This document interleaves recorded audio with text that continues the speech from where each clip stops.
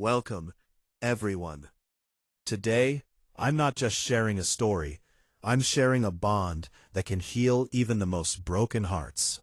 In a quiet town in the United States, surrounded by tall pine trees and long empty roads, lived a man named Daniel Brooks. Life hadn't been kind to him. Once a successful construction worker, Daniel had lost everything: his job, his home, and worst of all, his family. A tragic accident had taken his wife and daughter away, leaving him with a silence that echoed louder than any noise.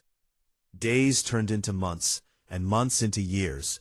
Daniel stopped talking to people. He moved into a small, broken-down cabin at the edge of the town.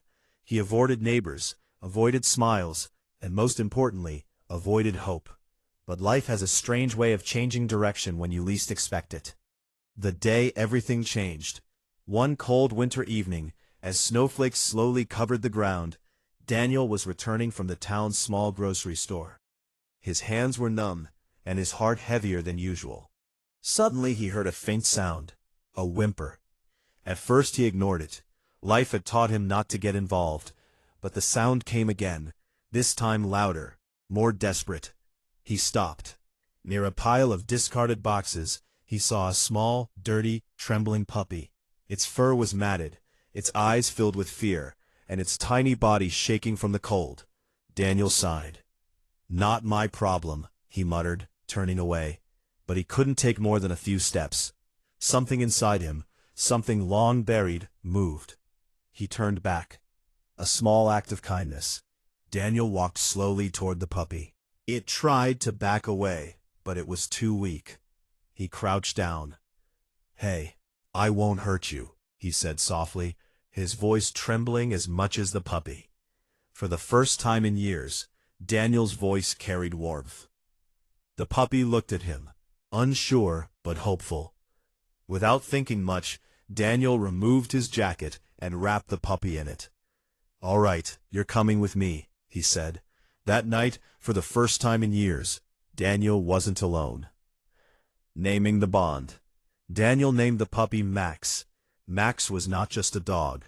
He became Daniel's reason to wake up every morning. At first, it was difficult. Max was weak, often sick, and needed constant care.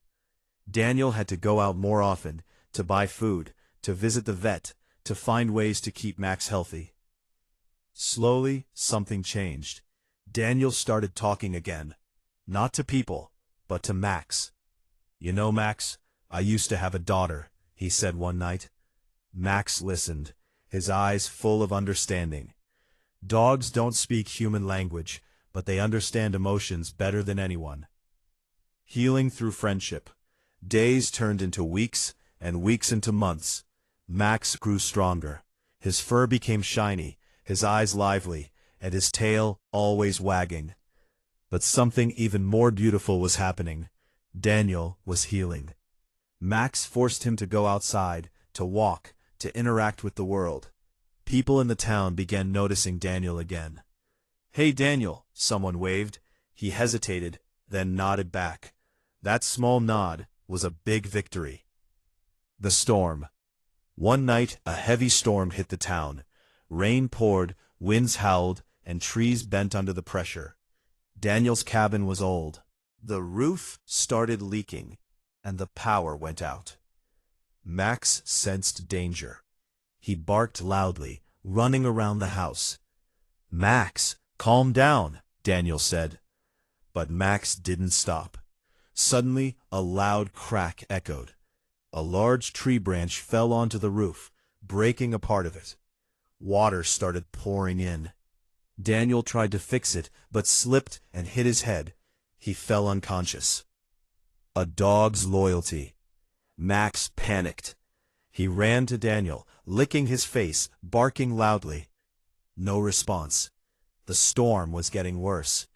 Max had a choice: stay or act. Without hesitation, Max ran out into the storm. The wind pushed him, rain soaked him, but he kept running toward the town. It was a long distance for a small dog. But loyalty doesn't measure distance. The rescue. Max reached the nearest house, barking loudly, scratching the door. A man opened it. "Hey, what's wrong with you?" Max kept barking, running a few steps, then coming back. "Are you trying to tell me something?" The man followed Max.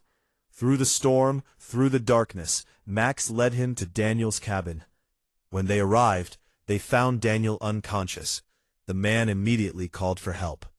Within minutes, emergency services arrived. Daniel was saved. The awakening. When Daniel woke up in the hospital, his first word was, "Max." The nurse smiled. He didn't leave. Tears rolled down Daniel's eyes.